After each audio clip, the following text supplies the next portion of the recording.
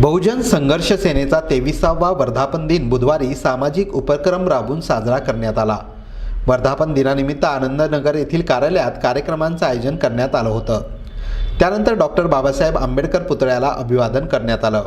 शिवाय वसरणी येथील अंध विद्यालयात विद्यार्थ्यांना मिठाई आणि शालेय साहित्याचं वाटप करण्यात आलं।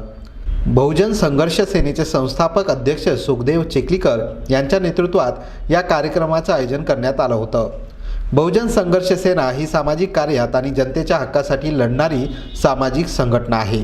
कार्यक्रमाला गंगाधर झिंजाडे, राजेश चौदंते, जयपाल चिखलीकर, अविनाश जोंधळे, रवी चिखलीकर यांच्यासह कार्यकर्ते उपस्थित होते।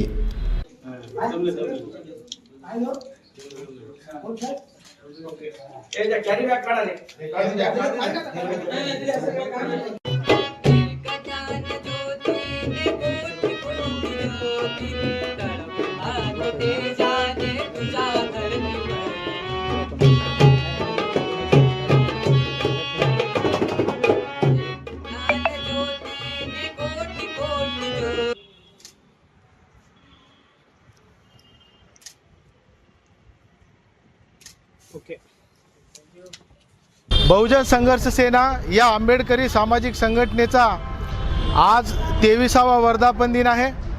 बहुजन संघर्ष सेनेला स्थापन करून आज 23 वर्ष जवळपास पूर्ण झालेली आहेत। 23 वर्षापूर्वी माझे काही जवळीक मित्र, सामाजिक कार्यकर्ते या सर्वांच्या माध्यमातून डॉक्टर आंबेडकर नगर नांदेड येथे बहुजन संघर्ष सेनेची स्थापना करण्यात आली होती। तदनंतर संघटनेने नांदेड जिल्हा असेल, मराठवाडा असेल, नांदेड जिल्ह्याचा परिसर असेल, या सर्व परिसरामध्ये आंबेडकरी समाजावर अन्याय अत्याचार ज्या ज्या ठिकाणी झाला त्या ठिकाणी न्याय देण्याचं काम बहुजन संघर्ष सेनेनं आजपर्यंत केलेलं आहे। डॉक्टर बाबासाहेब आंबेडकरांच्या विचाराला प्रेरणा मानून संघटनेने आजपर्यंत काम केलेलं आहे आणि भविष्यातही बहुजन संघर्ष सेना त्याच पद्धतीनं वाटचाल करणार आहे।